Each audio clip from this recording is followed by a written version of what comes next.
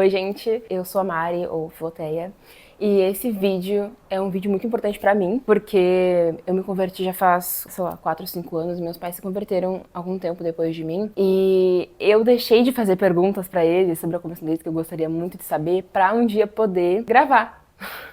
Eu queria que eles contassem a história deles pra mais pessoas, porque muitas pessoas se interessaram pela minha história de conversão, né? Se vocês não viram, eu vou deixar o link aqui em cima ou aqui embaixo. E eu sei que muitas pessoas vão se beneficiar de ouvir a história de conversão dos meus pais. Esse vídeo não foi gravado com muita estrutura, né? Eu gravei assim, segurando a câmera, então não ficou perfeita a gravação, mas um vídeo que com certeza vai trazer muita perspectiva para outras pessoas. Eu trouxe essa imagem aqui porque meu pai me deu ela de Natal e representa também as orações que eu ofereço para minha família e que eu peço que vocês ofereçam pela família de vocês se ainda não são convertidas, principalmente a São José, que é o padroeiro das famílias. Então, para dar um resumo super resumido, né, para não atrapalhar os meus pais respondendo as perguntas, os meus pais não eram cristãos, eles se converteram antes de eu nascer, e nós vivemos na igreja evangélica até que eu completei 18 anos, pelo que eu me lembro, assim, bem na época da pandemia que nós paramos de congregar. E, enfim, o resto meus pais contam.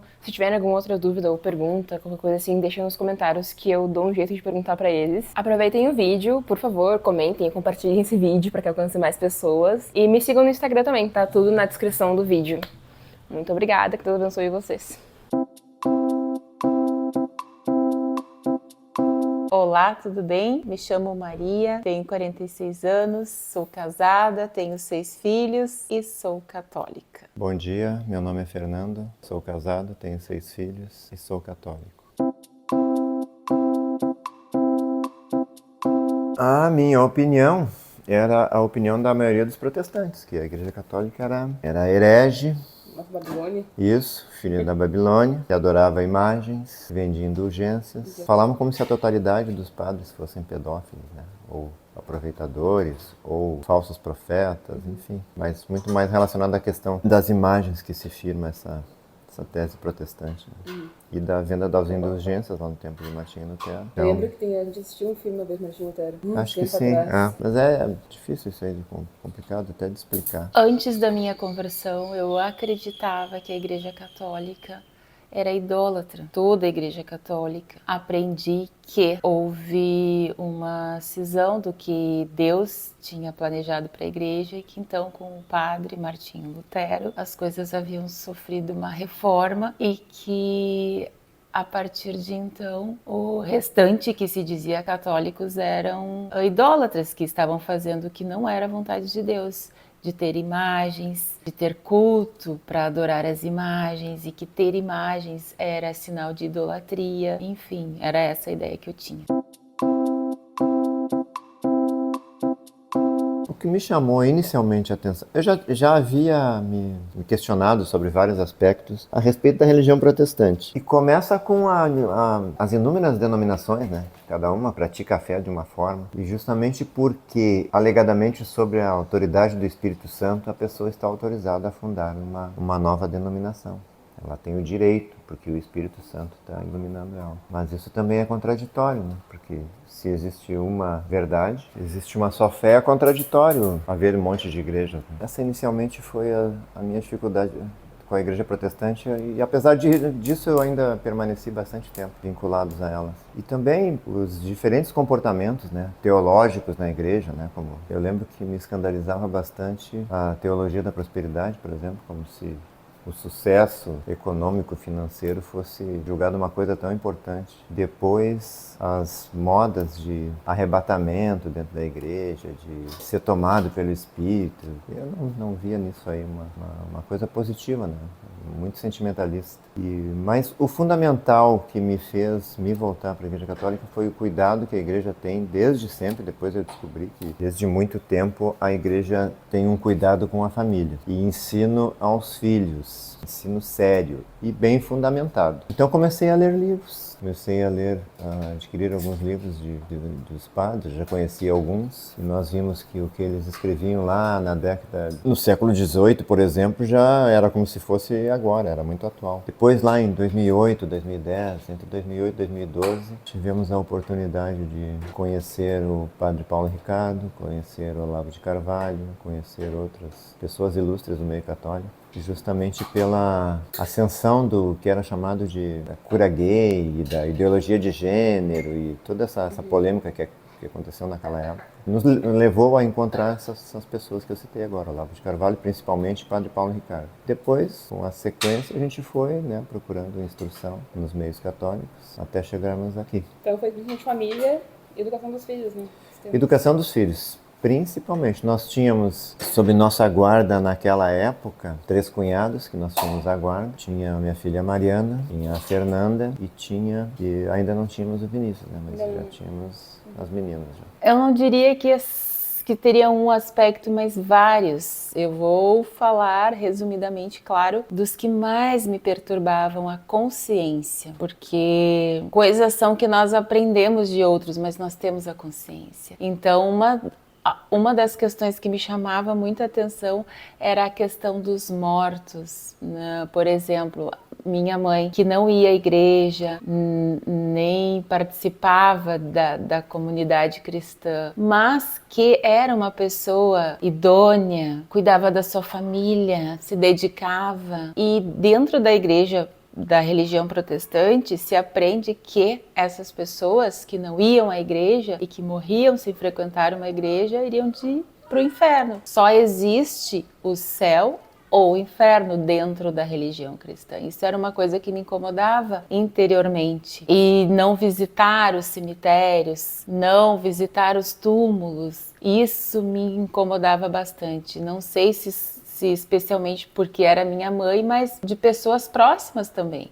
Isso mexia bastante comigo. Outra questão era do planejamento familiar. Dentro da igreja eu aprendi que nós tínhamos que planejar, mas eu ficava pensando nessa questão dos filhos. Como planejar uma vida se é Deus que a dá e somente Ele? E por que não estar aberto para o que Deus quer? Se eu confio sinceramente em Deus, Deus vai prover, especialmente as questões materiais. Isso me incomodava bastante também. Mas o que me levou a buscar profundamente foi quando eu comecei a dar aula para um 5º ano, que eu sou professora, e eu fui trabalhar com o 5º ano e comecei então, para dar aula, estudar as datas comemorativas. E dentro dessa temática, o que mais tem são os feriados católicos, ainda que nós não falamos, nós não comentamos, mas está lá no calendário, não tem como fugir disso. Então, os feriados, a maioria caía então dentro da religião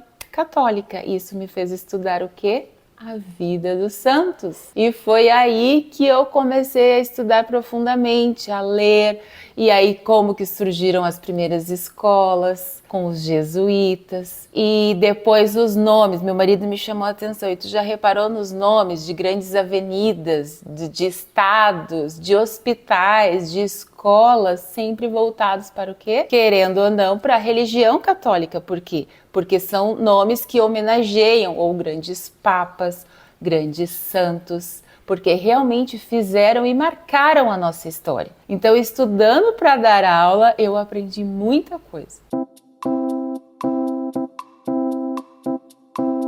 Bom, isso tudo aconteceu nesse período aí, né, 2012, acho que a partir daí que foi a definição, né, dos questionamentos contra a Igreja Protestante. Nós fomos conhecendo mais padres, fomos ouvindo mais homilias. Sobre outros assuntos também. Sobre outros assuntos, direito à vida, né, o aborto, liberdade. E começamos a perceber que a doutrina católica, ela quase não mudou, né, nesses séculos todos. E que as coisas não são realmente como nós imaginamos, né, elas são histórias contadas por alguém. E aí nós precisamos descobrir quem está contando a história, se tem autoridade, né? Se não é um mentiroso, se não é um aproveitador, se não tem outros interesses. Não parece ser o caso dos padres ou dos intelectuais católicos, diversos deles, tem inúmeros, né? E depois nós vamos conhecendo também a história das catedrais, por exemplo, né? Que é uma coisa riquíssima que nós Talvez nessa vida não possamos conhecer tudo. É muito provável isso. E prosseguimos até que em 2017 nós já vínhamos acompanhando essas questões de educação católica, educação homeschooling, né? Educação em casa. Já tínhamos o Vinícius, exatamente. O Vinícius já tinha aí 2 anos e meio nessa época. A educação católica sempre nos preocupou desde o início, né? Mesmo quando nós éramos protestantes, assim, a gente tinha um cuidado com as meninas. E parece que foi meio equivocado o nosso cuidado, mas enfim. Sempre estivemos muito presentes. Em 2017, nós que já vínhamos acompanhando, né, esses assuntos sobre educação católica, já tínhamos talvez ido em um ou outro seminário, ficamos sabendo de um seminário no Rio de Janeiro. Estariam presentes lá o padre Paulo Ricardo, e Rodrigo Gurgel, Alan dos Santos, aquela patotinha ali que tinha na época, que eram rotulados como conservadores, né? Que lutavam por essas pautas aí, que se manifestavam publicamente nas redes sociais por essas pautas, favoráveis a essas pautas. E nós nos inscrevemos e fomos ao Rio. Primeira vez que eu viajei de avião, meu primeiro voo foi para o Rio de Janeiro, nós fomos. E aconteceu uma coisa inusitada, né, nesse voo? Aconteceu uma coisa inusitada. Encontramos no voo de ida o então candidato à presidência da República, Jair Bolsonaro. Conversamos com ele. Mas uma pessoa muito agradável, assim, de se conversar. Conhecemos ele. Fomos para o seminário. Ficamos no mesmo hotel onde aconteceu o seminário e tivemos a oportunidade de conhecer pessoalmente o padre Paulo Ricardo e os outros participantes do evento. Foi muito proveitoso, conhecemos umas irmãs lá, madres, e foi bem legal. Foi há 3 dias, se não estou enganado. A minha esposa estava grávida da Isabela, nossa filha de 7 anos hoje, e chamou a atenção porque alguém nos perguntou lá qual é a igreja que nós pertencíamos. E nós falamos a verdade, nós ainda estávamos vinculados à igreja protestante, né? Que era uma igreja, de novo, né, independente das demais. E daí, mas num certo momento assim, nós percebemos que as pessoas nos olhavam assim com algum espanto. Acho que até o padre ficou sabendo, o padre Paulo ficou sabendo disso aí. Mas ninguém se manifestou. Nós fomos lá, minha mãe pediu a bênção, a minha esposa pediu a bênção dele, cumprimentei e depois íamos embora. Aí sim foi aí nós vimos realmente que tem caroço nesse angu. Continuamos ainda vinculados, isso foi em 2017, no mês de 2017, mas a virada da chave foi foi no Covid, ali em 2020. Foi imposta, não sei se vai ser publicado isso, foi imposta a obrigatoriedade de uso de máscaras, de distanciamento social e aquela... Eu não sei na época como funcionaram as igrejas católicas, se fecharam, se ficou. Agora, distanciamento social, melhor não ir. Brincadeira, não vou. Daí deixamos de ir aos cultos. Ficamos um tempo inoperantes. Então foi No meio? Foi lá no início, né? Foi. Tá. Essas 2 questões. Sim. Ocorre que na última reunião que nós fomos na igreja, o pastor comunicou o seu desligamento. Da congregação, alegando diferenças teológicas com a liderança, com o fundador da denominação. E naquele culto mesmo ele depois não participou mais. Coincidentemente, ali mesmo começou esse negócio do Covid. Ali, muito próximo, assim. Tanto é que nós não fomos mais a reunião alguma depois disso aí. E nós ficamos então sem congregar. Acho que, 6 meses, 8 meses, até que por indicação de um amigo meu, ele me indicou o Padre Lucas na igreja Nossa Senhora das Dores. Nós até chegamos em alguma missa, assim, mas... Vocês foram lá na capela uma vez comigo? Fomos na capela. Nesse meio tempo, a Mariana já estava frequentando missas e estava aprendendo, estava bem interessada, né? Talvez por influência das leituras que a gente tinha em casa e das conversas e das homilias. Começamos a ouvir homilia, começamos a ouvir na rádio. Rádio Aliança. Na Rádio Aliança os padres tinham o padre fazia um programa ao meio-dia, Pergunte-me e Responderemos. Era muito educativo aquela. Talvez fosse a única coisa boa que tivesse naquela rádio ali, porque depois era a Agenda 2030. Esse programa era muito interessante, nós não perdíamos. E ali fomos tirando nossas dúvidas ali na rádio. Começou aquele, né? Tem uma dúvida, escreve o assunto, Padre Paulo Ricardo no YouTube e coloca no vídeo. Isso aí. O Padre Paulo Ricardo tem que dar os créditos aí para Rádio Aliança. Daí a Mariana, por conta dela mesmo, foi procurar, começou a ir à missa, começou a frequentar as rodas católicas, né, as redes sociais também. E até que nós conhecemos e conversamos com o Padre Lucas ainda durante a malfadada campanha do Covid. E o padre nos tirou nossas dúvidas, nos indicou. Conhecemos também o diácono na igreja, pessoa muito especial para nós, foi nosso padrinho de casamento. E aí já tinha a Maria Catarina também, não sei. E aí já tínhamos a Maria Catarina.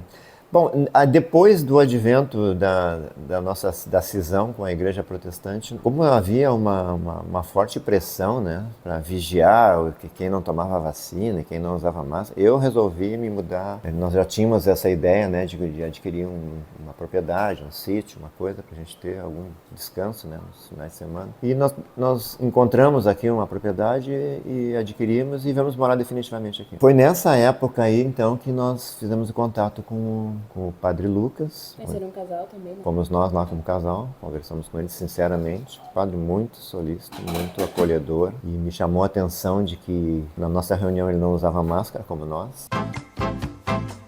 Bom, por fim, recebemos uma instrução, né? Nós já tínhamos um bom conhecimento, nós sempre fomos interessados na leitura da Bíblia, no significado dos versículos, enfim. A gente já estava bem. E o padre conversou com nós, fez perguntas, enfim. E nós acabamos nos batizando, depois houve a confirmação. Batizamos também os nossos filhos todos, foi muito linda a celebração, foi na Páscoa. Depois nos casamos, isso vem acontecendo até agora, né? Depois o nosso menino foi convidado para ser coroinha, ele aceitou depois de um tempo, tá desempenhando a função. Daí a outra menina também se interessou, a Isabela. Tem agora 7 anos, faz mais de 1 ano ela é a Martim, e temos caminhado nessa direção aí, né? Cada vez mais aprendendo, cada vez com leituras, com coisas maravilhosas escritas sobre a história da Igreja Católica. Eu tenho me interessado bastante pela própria história, né, da tradição católica, catedrais, arquitetura, as artes, é uma maravilha. Certamente não vou conhecer tudo até o dia do meu desaparecimento.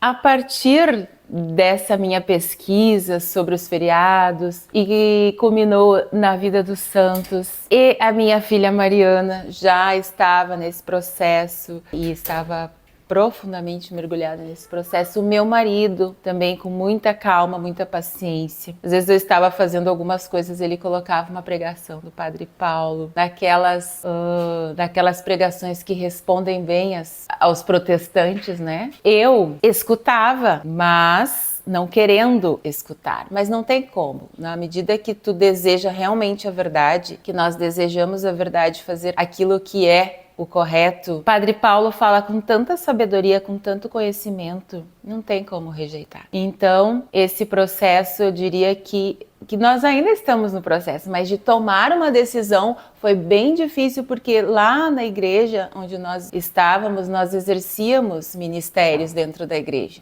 nós trabalhávamos na igreja. Então, isso para mim sempre foi algo muito sério, que eu considerava muito importante, de ter pessoas que exerçam influências, e nós trabalhávamos com as crianças, com os jovens, com as famílias, e isso mexia muito comigo no sentido de ter responsabilidades ali dentro. E ao mesmo tempo me dividia, porque estavam sendo abertos para mim e descobertas por mim naquele período verdades que estavam na minha consciência, algumas que eu nem tinha dividido com outras pessoas, mas eu também sabia que na medida que eu ia avançando no conhecimento, eu não podia recuar. Não poderia recuar, porque isso estava em jogo a minha vida espiritual, meu crescimento espiritual e também os dos meus filhos. Então, depois que nós tivemos o nosso filho, Vinícius, que eu e o meu marido resolvemos nos abrir para a vida, porque entendíamos que isso era o correto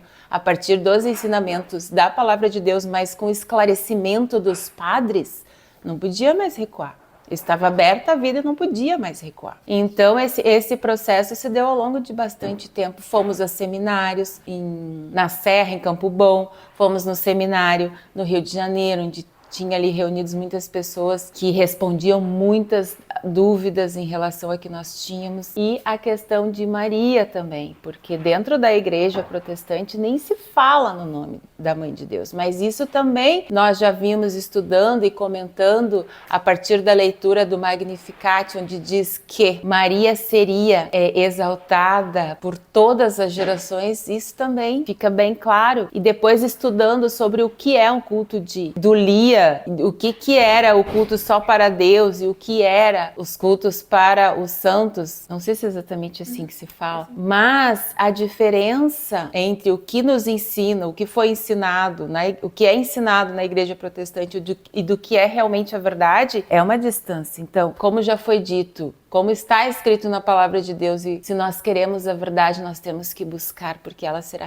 revelada, porque Jesus é a verdade. Ele é o caminho, ele é a verdade. E ele vai se revelar, mas nós precisamos buscar, nós precisamos querer. E a questão toda também do orgulho, de estar no lugar onde tu tem cargos, onde tu está lá na frente, e de todo aquele conhecimento que tu tinha, ter que deixar e buscar realmente sanar as dúvidas, é difícil, é bem difícil. Os teus amigos, o teu grupo, as pessoas que tu já criou laços, é bem difícil, mas nós temos que ter consciência de que diante de Deus nós estaremos sozinhos e nós responderemos por nós. Outra questão que me incomodava depois que eu tive as crianças: o que eu desejo para os meus filhos? É o materialismo vigente ou é a vida espiritual? E isso tudo foi respondido não de uma hora para outra, mas lendo sobre a vida dos santos, do como eles aprendiam, de como eles viveram aqui. Não tem como isso não mexer. Então,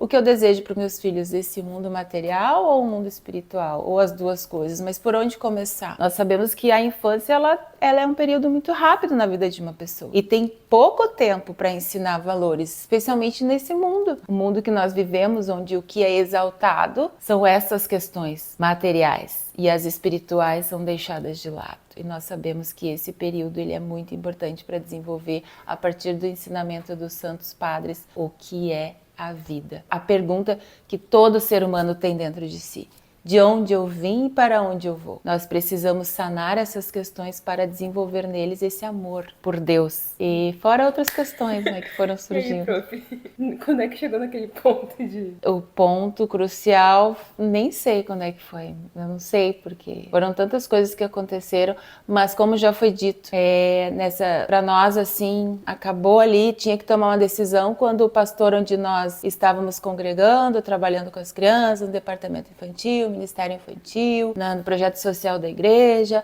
o pastor chegou e simplesmente disse que não estava de acordo com o presidente, fundador da igreja, e ali então nós tomamos a decisão de não ir mais na igreja, e ao mesmo tempo meu coração sangrava, porque eu achava que ali eu tinha que estar para amar, para adorar, para servir ao Senhor. Mas daí outras coisas que meu marido já vinha me ensinando, me estimulando: não pode haver diversas opiniões, nós precisamos entender que Deus é um só. Ele disse para Pedro: tu és Pedro e sobre esta rocha edificarei a minha igreja. E aí culminou com a leitura de alguns livros. Quem será que está certo, Jesus ou Lutero? Se Jesus disse: tu és Pedro e sobre esta rocha edificarei a minha igreja e as portas do inferno não prevalecerão, nós não queremos dizer com isso que todas as pessoas são santas dentro da igreja, ao contrário, mas que existe sim a parte santa da igreja e que essa é perpétua, não vai acabar, porque o Senhor, nosso Senhor, disse isso, não vai prevalecer. E a partir de uma ministração que o padre Paulo tem, ele disse, Deus não disse a quantidade, não disse que toda a igreja seria salva, mas que as portas não iriam influenciar e não iriam destruir as portas do inferno. Então nós cremos que foi ali. Então a partir dali fomos para a igreja Nossa Senhora das Dores, a partir de algumas referências que meu marido teve, e da minha filha também, Mariana, e começamos a frequentar a igreja Nossa Senhora das Dores, no centro de Porto Alegre, com a orientação do padre Lucas, do diácono Edson. Ele, a sua esposa, o padre Lucas, nos acolheu, respondeu muitas dúvidas que tínhamos ainda, e então a partir dali foi a decisão de seguir Jesus na sua igreja, a igreja a qual ele fundou. Conselho para quem tá no meio do caminho, assim, vê que a igreja tem alguma coisa, mas tem um certo medo ou receio da conversão.